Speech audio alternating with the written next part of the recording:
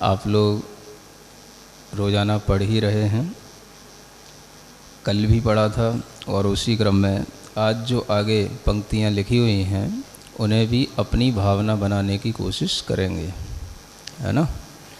मेरी भावना ये अपनी भावना बन जाए। ये तो किसी की भावना थी, ये इसको क्या बनाना है, अपनी भावना बनाना है ना। रहे सदा सत्संग उन्हीं का, ध्यान उन्हीं का नित्य रहे, उन्हीं जैसी चर्या में यह चित्त सदा अनुरक्त रहे। नहीं सताऊं किसी जीव को, झूठ कभी नहीं कहा करूं, पर धन वनिता पर न लुभाऊं, संतोषामृत पिया करूं। यह भी भावनाएं हैं जिन्हें हर व्यक्ति को भाकर के अपने मन को संतोष से भरना है। किससे भरना है? संतोष होता है? क्या होता है संतोष, जानते हैं आप लोग? संतोष कैसे समझाएं आप लोगों को? संतोष का मतलब सेटिस्फैक्शन, बस इंग्लिश आ जाती है सामने है ना। संतोष का मतलब सेटिस्फैक्शन, चलो यही मान के चल लेते हैं। फिर भी संतोष का मतलब होता है भीतर एक तुष्टि का परिणाम, है ना। संतुष्टि का परिणाम, और संतुष्टि का परिणाम इस रूप में होता है कि अपने अंदर भीतर से चीज़ों के होने या न होने पर भी एक भीतर से भरपूरता का भाव रहे। भरपूरता समझते हैं ना, और खालीपन का नहीं, भरे पूरे होने का भाव रहे। हाँ, कुछ नहीं भी हो तो भी भीतर से हम बड़े आनंद में भरे हुए हैं। ऐसे भरपूर होने के भाव का नाम संतुष्टि का भाव कहलाता है ना। Feeling of self satisfaction. तो वही यहाँ सिखाया जा रहा है। वो कब आएगा? जब आप सत्संग करें, है ना। दुनिया में सत्संग ये नाम बहुत प्रचलित है, सुना है आपने? राधा स्वामी सत्संग और ये सत्संग वगैरह होते हैं। सत्संग, और बड़ा महत्व है सत्संग का। भारतीय संस्कृति में भी रामचरितमानस वगैरह आप पढ़ोगे तो उसमें भी, है ना, साधु संगति, सत्संगति, इसका खूब वर्णन आता है। एक दोहा आप लोगों ने अक्सर सुना होगा, एक घड़ी आधी घड़ी, आधी में पुनि आधी। हैं? क्या सुना? एक घड़ी आधी घड़ी, आधी में पुनि आधी, संगति कीजे साधु की हरे कोटि अपराध। अगर हम एक घड़ी, आधी घड़ी और उससे भी आधी घड़ी भी साधु की संगति करें तो हमारे करोड़ों अपराध दूर हो जाते हैं। अपराध तो हम करते ही रहते हैं, और उन अपराध को धोने का जो कोई घाट होता है, घाट, तो वो क्या होता है?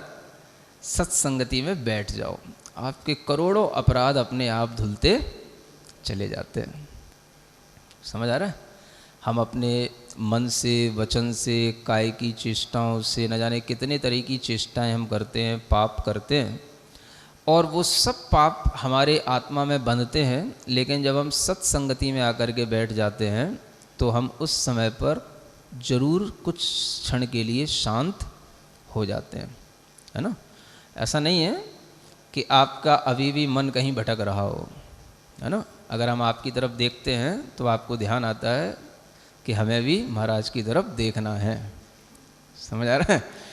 तो इसी से आपका जब ध्यान इधर आकर्षित होता है तो आपका मन फिर इधर उधर नहीं जाता, तो यही जो है मन की जो आपकी चंचलता दूर हो जाती है, यहाँ बैठ कर के जो आपको है ना एक शुभ भाव बनते हैं, वही भाव आपके अपराधों को दूर करते चले जाते हैं।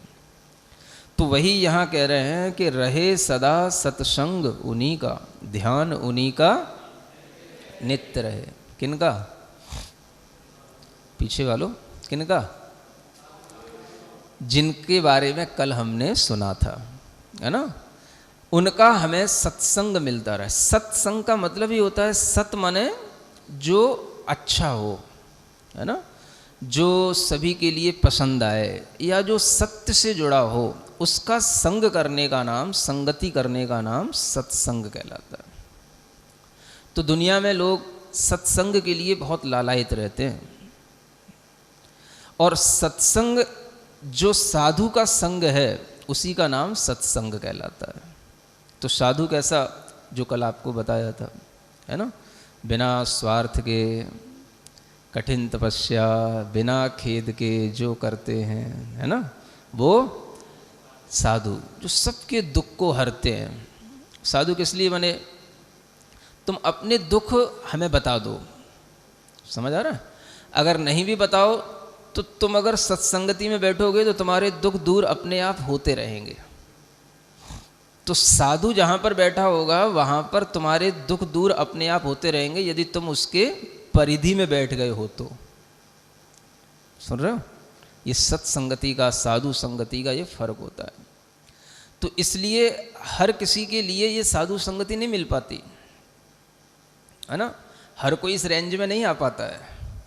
इस रेंज में आओगे तो तब आ पाओगे जब आपके अंदर भी कुछ थोड़ी सी एबिलिटी हो। अदरवाइज आप भी जो है इस रेंज से बाहर घूमोगे, और इस रेंज में यदि आ जाओगे और एक बार आने लगोगे, है ना, तो फिर आपके मन के अंदर के जो अपराध हैं, पूर्व हमारे किए हुए दुर्भाव हैं, पाप हैं, वो सब धीरे धीरे छूटने लग जाते हैं।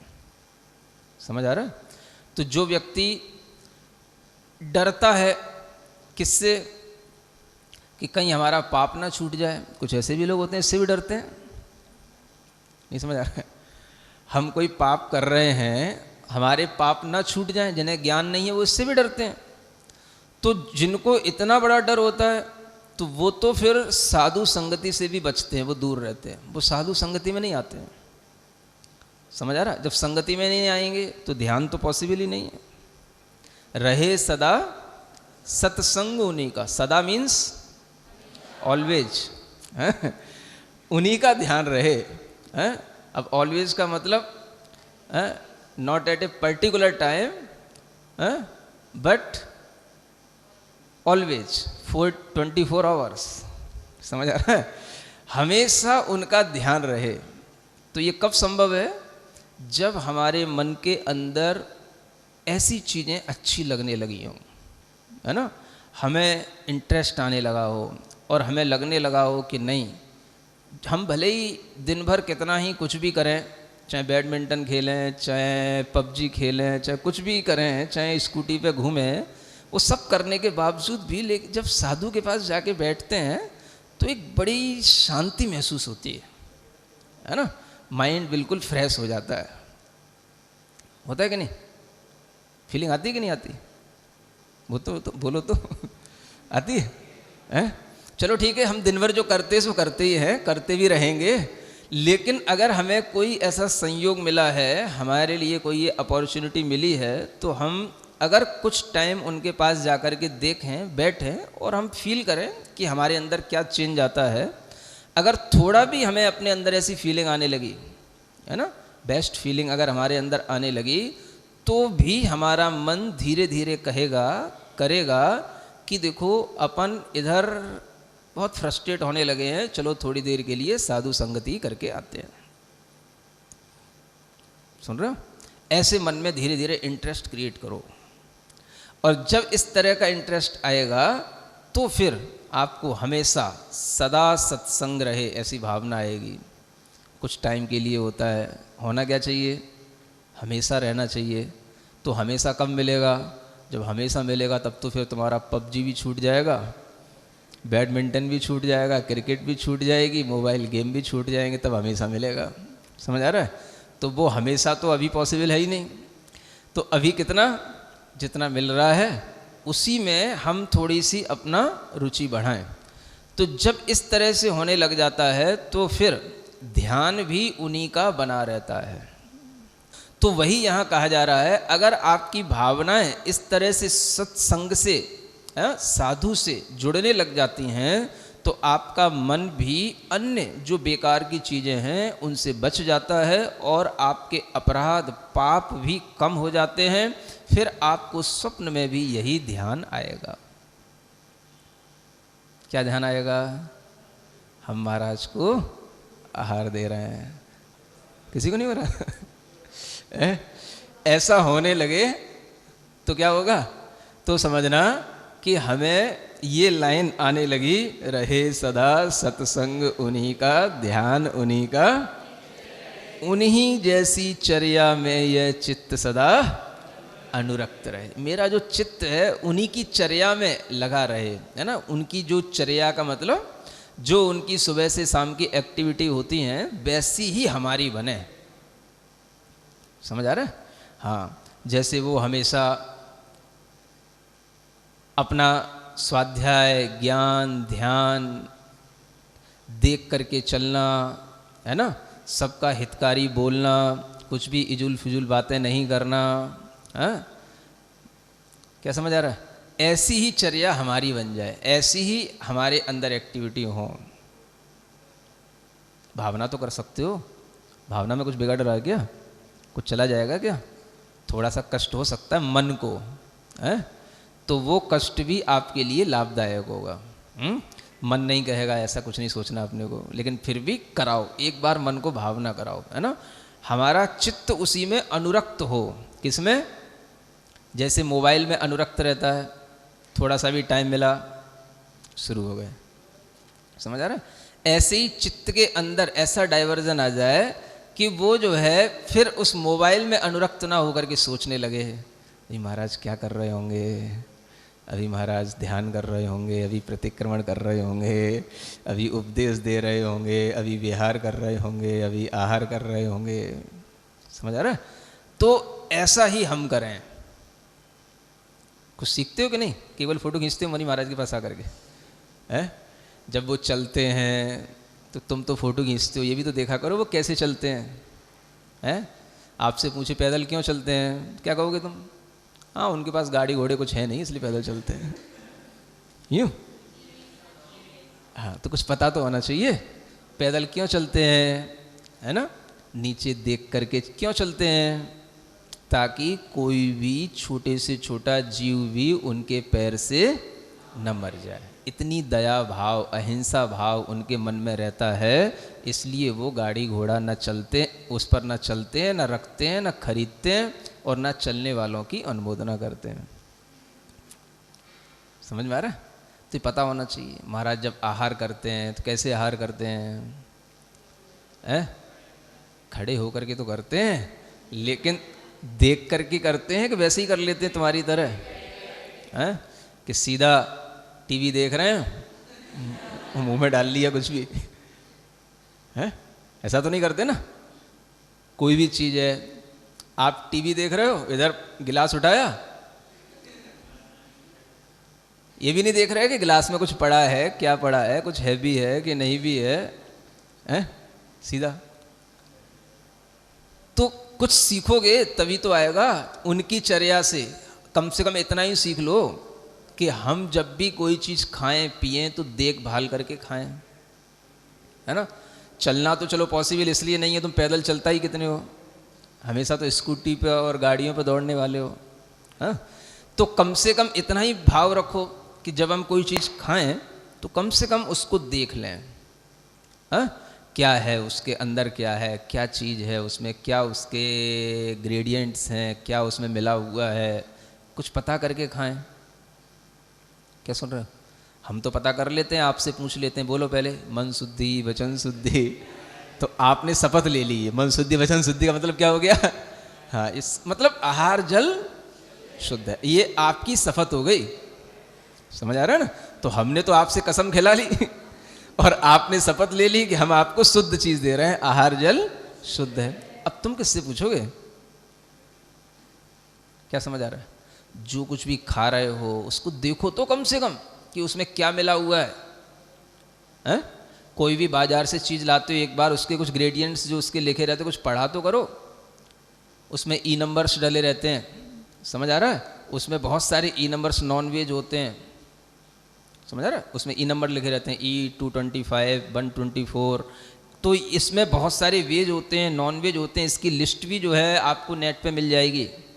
तो एक बार ट्राई तो करो कि हम जो जो चीज़ों का यूज़ करते हैं उसमें कितनी चीज़ें वेज हैं, कितनी नॉन वेज हैं। और नॉन वेज का मतलब तो आप फिर समझते ही हो, नॉन वेज है तो क्या है वो, समझ आ रहा है? चाहे वो खाने की चीज़ें हों, चाहे मुंह पे लगाने की चीज़ें हों, चाहे मुंह में डाल के बाहर निकालने की चीज़ें हों, जस्ट लाइक पेस्ट, कॉलगेट वगैरह कुछ भी हो। तो कुछ भी यदि है तो आप उसको पहले देखो तो, है ना? इतना तो सीख लो। उनकी चर्या में चित्त सदा अनुरक्त कैसे रहेगा? देखभाल करके कुछ तो करना सीखो, है ना? तो कुछ भी जब आप इस तरीके से सीखोगे तभी आपके लिए उनकी चर्या में अनुराग पैदा होगा, चित्त में भाव आएगा कि हमें भी ऐसे ही करना चाहिए। अरे कम से कम हमारे लिए सब चीज़ें हमारे हाथ में हैं, तो जो जो हाथ में है उनको हम पहले एक बार चेक तो कर लें कि क्या सही है क्या गलत। समझ आ रहा है? इतना अपना फर्ज बनता है कि नहीं? हाँ, मेरी भावना पढ़ने के बाद इतनी भावना तो बननी ही चाहिए, क्योंकि आगे भी लिखा जा रहा है, नहीं सताऊं किसी जीव को, झूठ कभी नहीं कहा करूं, पर धन वनिता पर न लुभाऊं, संतोषामृत पिया करूं। है ना?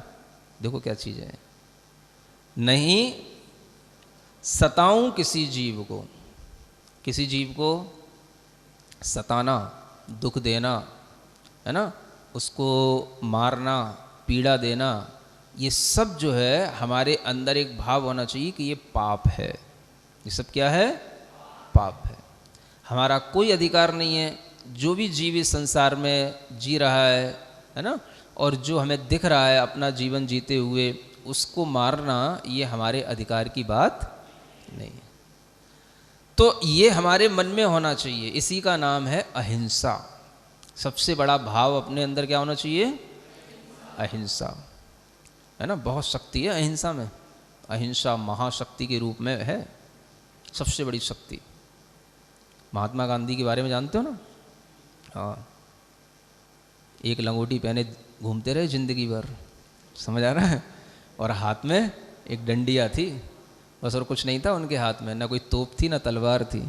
हाँ, और देश को उन्होंने उन फिरंगियों से आज़ाद कराया जिनके हाथ में सब कुछ था।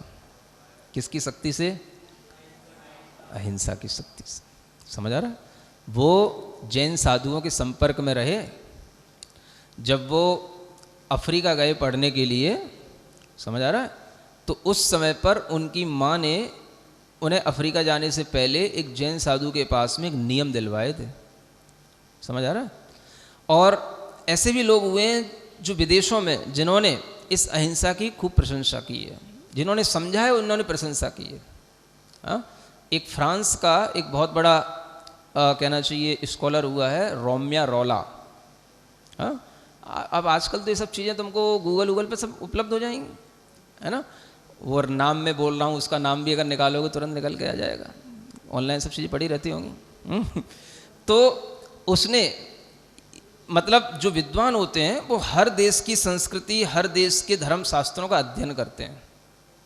तो उन्होंने किया, और उन्होंने जब इस अहिंसा के बारे में पढ़ा, देखा, सुना, तब उन्हें पता पड़ा कि ये बहुत बड़ी चीज़ है। समझ आ रहा है? तो वो एक जगह उनका ऐसा स्टेटमेंट है, the rishis who discovered the law of non-violence were greater, क्या समझ आ रहा है, than geniuses like Newton, and were greater warriors than Wellington। क्या लिखा उसने? कि वे ऋषि जिन्होंने इस नॉन वायलेंस को डिस्कवर किया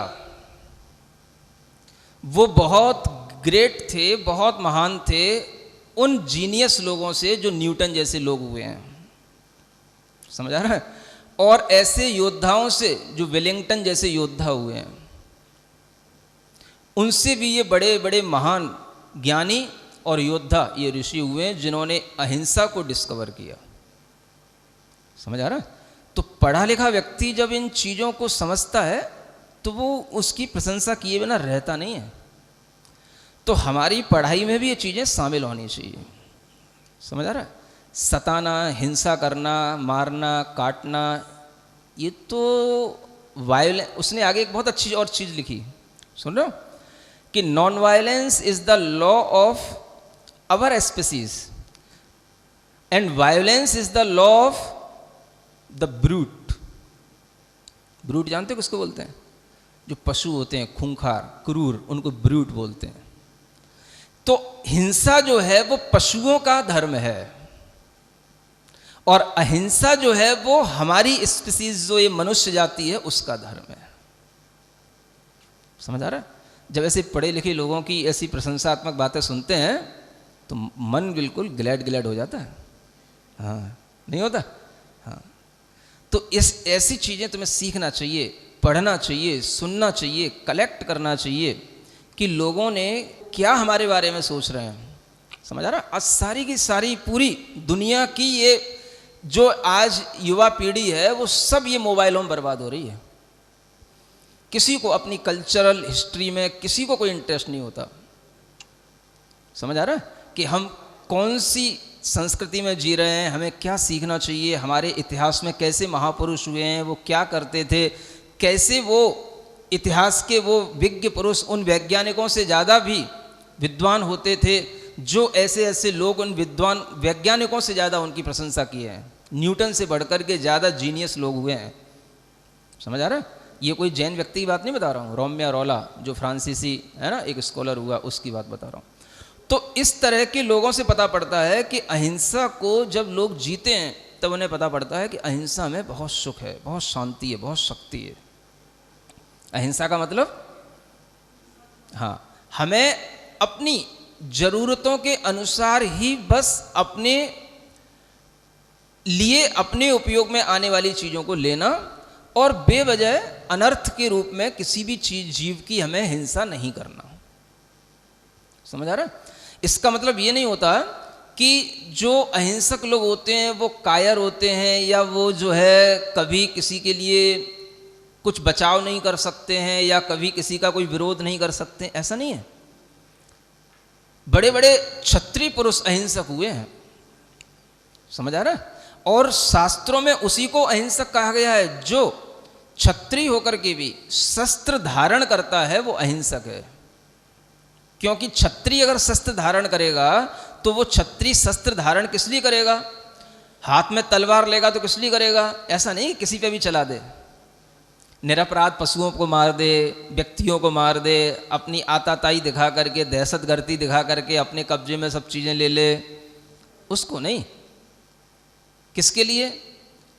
जो हमारी राज्य की, हमारी प्रजा पर किसी भी तरीके की आपत्ति उठाएगा या आक्रमण करने आएगा, उससे लड़ने के लिए मेरे पास तलवार भी है। सुन रहे हो? किसके पास? साधु के पास नहीं। इसलिए जैन धर्म में तीर्थंकरों ने साधु का धर्म अलग बताया और जो हाउस होल्डर्स हैं, गृहस्थ जिनको बोलते हैं, उनका धर्म अलग बताया। समझ आ रहा है? गृहस्थ के लिए कहा कि तुम अपने जीवन में, भगवान आदिनाथ ने ही कहा सबसे पहला कर्म, षट कर्म में 80 कर्म। क्या बोला? 80 माने क्या होता है? तलवार। सबसे पहले हाथ में तलवार लो। क्यों लो? अगर कोई पाप करता है, आपके ऊपर जबरदस्ती आतंक मचा करके आपके ऊपर आक्रमण करता है, तो आप अपनी रक्षा करो और जो पाप कर रहा है उससे भी उसकी रक्षा करो। समझ आ रहा है? ये धर्म करके जो जीता है वो भी अहिंसक कहलाता है। तो ये मत समझना कि अहिंसा का मतलब दीनहीन कायर होकर के रहने का नाम अहिंसा है। समझ आ रहा है? आप लोगों का धर्म ये है। और मुनि महाराज जो साधु हैं उनका धर्म, उनके ऊपर कोई तलवार चलाए तो उनका धर्म क्या है, उसको क्षमा कर देना, उसके तलवार के वार को भी सहन कर लेना, और बिल्कुल क्षमा भाव से वो अगर मार भी दे तो भी उसको बिल्कुल भी मन में क्षणिक मात्र भी उसके बारे में बुरा नहीं सोचना कि इसका बुरा हो जाए। भगवान इसको सद्बुद्धि दे, इसको क्षमा करे, इसके पाप कभी भी इसको फल ना दें, क्योंकि इसे नहीं मालूम कि साधु को मारने का कितना बड़ा पाप होता है। तो साधु मरते मरते भी ऐसा भाव रखेगा, वो तलवार नहीं उठाएगा। समझ आ रहा है? साधु कभी तलवार, हाँ, तो ये ध्यान रखना। तो अहिंसक जो धर्म है वो हमेशा, जो श्रावक या गृहस्थ हैं उनका अलग है और जो साधु हैं उनका अलग है। समझ आ रहा है? ऐसी देश की रक्षा के लिए भी, समझ आ रहा है, तलवार उठाना, देश की रक्षा करने के लिए अस्त्र शस्त्र उठाना, धर्म की रक्षा करने के लिए अस्त्र शस्त्र उठाना, ये किसका कर्तव्य है? हाँ, it's a duty of house holders. समझ आ रहा है? ये किसकी ड्यूटी है? धर्म की रक्षा कौन करेगा? कभी नहीं सुना? ऐसा बच्चों में शिक्षा देने के लिए एक नारा बोला जाता है। आप लोगों को यहाँ नहीं चलता?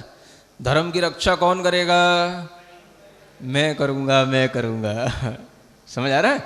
ऐसे कॉन्फिडेंस पैदा किया जाता है। धर्म की रक्षा कौन करेगा? देश की रक्षा कौन करेगा? बोलो तो। मैं जब कहोगे मैं करूँगा तो आपके अंदर एक भाव आएगा, नहीं मैं करूँगा। मैं का मतलब मैं ही है, पड़ोसी नहीं है। समझ आ रहा है?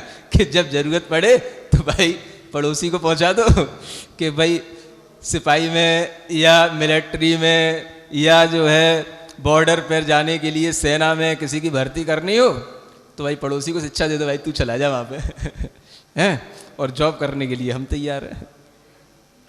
समझ आ रहा है? तो ऐसा नहीं। तो हिंसा और अहिंसा के इस भाव को समझ करके अपने अंदर अहिंसा भी रहना और अहिंसा की शक्ति भी रहना, है ना। अहिंसक होने का मतलब कायरता नहीं है, ये हमेशा ध्यान रखना। अहिंसक होने का मतलब बहुत सहनशीलता होना है ना। अब साधु अगर अहिंसक है, पूर्ण अहिंसक है, तो समझो उसके अंदर कितनी सहनशीलता होगी कि अगर उसके ऊपर कोई मारता भी है तो वो उसके बारे में भी बुरा नहीं सोचता है। समझ आ रहा है? लेकिन अगर कोई श्रावक है, गृहस्थ है, तो वह अपना बचाव करने के लिए कुछ भी कर सकता है। वो विरोधी हिंसा कही जाती है। अगर वो अटैक करते हुए, जैसे बोलते हैं आजकल वो एनकाउंटर होना, समझ आ रहा है ना। हाँ, एनकाउंटर का मतलब क्या होता है? बस यही होता है, अगर आपके ऊपर कोई गोली चला रहा है तो आप भी उसके ऊपर गोली चला दोगे तो पाप नहीं कहलाएगा। हाँ, वो अपराध नहीं कहलाएगा। कोई भी कोर्ट में भी जस्टिस जो होता है वो इसी के अकॉर्डिंग चलता है। हाँ, ये जो है, हाँ, सेल्फ डिफेंस तो पहले है। समझ आ रहा? वो भी अपना धर्म है। तो सेल्फ डिफेंस में अगर आपने किसी को मार दिया है तो कोई भी कोर्ट में आपको कोई भी पनिशमेंट नहीं होगा। हाँ, तो न्याय जो है इसी आधार पर बने। जो अहिंसा हमें सिखाई गई है सभी न्याय शास्त्रों में, उसी तरीके से ये जजमेंट दिए जाते हैं। तो आप सीखें कि जब हम किसी को दुख देते हैं, पीड़ा पहुंचाते हैं, बेवजह किसी को मारते हैं, और वो पशु हो, जानवर हो, चलता फिरता प्राणी हो, तो वह हमारे लिए कभी भी धर्म नहीं हो सकता। समझ आ रहा है? हमें उससे बचना चाहिए। इसलिए मन में भाव रखना चाहिए, नहीं सताऊं किसी जीव को। समझ आ रहा? अब इसका मतलब ये नहीं है कि कभी आपके ऊपर किसी ने एक चांटा मार दिया तो तुमने उसका गला ही दबा दिया, बोले मैंने विरोधी हिंसा में। समझ आ रहा? ऐसा नहीं है इसका मतलब। अरे तुम ये भी सोच सकते हो, अगर चांटा मार दिया तो चलो मैंने सहन कर लिया, मैं अपनी सहन शक्ति बढ़ाता हूँ, देखता हूँ, चलो मैं इस पर गुस्सा नहीं करता हूँ। समझ आ रहा है? अब तुम कहोगे ऐसे तो फिर वो और सिर चढ़ जाएगा, थोड़ा चढ़ जाने दो, तुम अपनी सहन शक्ति और बढ़ा लो, है ना। फिर अगर कभी मारे तो फिर उसका पकड़ लेना मुंह। समझ आ रहा है? फिर तुम भी, जो उसने 2 मारे थे ना, अब तुम भी 4 लगा देना, कोई दिक्कत नहीं है। क्या समझ आ रहा है? लेकिन चांटे ही मारना, अगर उसने चांटे मारे, तमंचा मत मारना। समझ आ रहा है? तो विरोधी हिंसा का मतलब गलत नहीं लेना। समझ आ रहा है? ये भी देखना कि सामने वाले का अभिप्राय क्या है ना।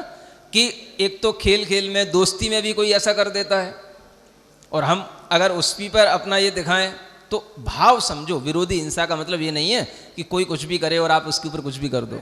ज़्यादातर लोग आपको उकसाते हैं, है ना, आपके गुस्से को बाहर निकालना चाहते हैं, आपका रिएक्शन देखना चाहते हैं, लेकिन जब आप शांत होते हैं तब आपकी क्षमता बढ़ती है। समझ आ रहा है? जिसे बोलते हैं आज बच्चों में टॉलरेंस बहुत कम हो गया है। टॉलरेंस समझते हो क्या बोलते हैं? सहन शक्ति। समझ आ रहा है? इतनी कम हो गई है कि बाहर के दोस्तों की बात तो दूर हो, अपने मम्मी पापा की बात ही नहीं मानते। अगर मम्मी पापा भी कभी कहीं कुछ थोड़ा सा कुछ कर दें या कुछ अटैक कर दें, तुरंत ही बिगड़ जाते हैं। समझ आ रहा है? तो इस तरह की जो एक सहन शक्ति की कमी है, ये भी आपको कब सीखने को मिलेगी? जब आप ऐसा सोचें। दूसरे का खूब कहीं पे गए हो, आप किसी के घर में गए हो और किसी के यहाँ पर खूब मतलब कहीं पर खुला पैसा पड़ा हुआ है, क्या करोगे? इधर उधर देखोगे? कितने लोग देख रहे हैं? क्या करोगे? लोभ ही नहीं आना। इधर उधर देखने की बात तो तब होगी जब आपके अंदर लोभ आएगा। तो दूसरे की धन संपत्ति पर कभी लोभ नहीं आना, है ना। इसी तरीके से जो स्त्रियां हैं पुरुष के लिए और पुरुष हैं उनको स्त्रियों पर कभी भी लोभ नहीं आना। समझ आ रहा है? ये भी एक मन का जो भाव है, इसको बोलते हैं कुशील भाव। क्या बोलते हैं? हाँ, किसी की मतलब दूसरी जो बहन है, बेटी है, उसके ऊपर कोई भी अपने मन में लोभ का भाव ना आए, है ना, उसके प्रति अपने अंदर गलत भाव ना आए, तो ये ब्रह्मचर्य का भाव कहलाता है। और जब गलत भाव आता है तो वो कुशील भाव कहलाता है। ये भी पाप होता है। समझ में आ रहा है? हाँ। तो इस तरह के जो पाप भाव हैं, ये हमारे मन में न रहेंगे तभी हम भीतर से एक अच्छे इंसान बन सकेंगे। समझ आ रहा है? जो अपने पास में है उसमें संतोषामृत पिया करूं। क्या पीऊं? संतोष रूपी अमृत। अमृत जानते हो? हाँ, अब कुछ होता है बहुत मतलब बेस्ट क्वालिटी वाली चीज़ है, कुछ अमृत ऐसी चीज़ होती है। अब वो अपन ने नहीं भी देखी तो कोई बात नहीं, लेकिन क्या है वो? जो हमारे अंदर एक सेटिस्फैक्शन का भाव है ना, दूसरे से लोभ नहीं होते हुए भी, दूसरे की धन संपत्ति पर लोभ नहीं होते हुए भी, जो अपने अंदर अपने पास जो है उससे जो सेटिस्फाइड होने का भाव है, यही आपके भीतर अमृत है। ये भावों का अमृत है। समझ आ रहा है? तो इस तरह का जब भाव हमारे अंदर आएगा तो हम एक अच्छी राह पर चलेंगे। पढ़ लिख करके भी हम गंवार नहीं बनेंगे, पढ़ लिख करके हम एक अच्छे इंसान बनेंगे। फिर हमको सिविलाइज्ड बारबेरियन नहीं कहा जाएगा। समझ आ रहा है? एक सिविलाइज्ड पर्सन कहा जाएगा।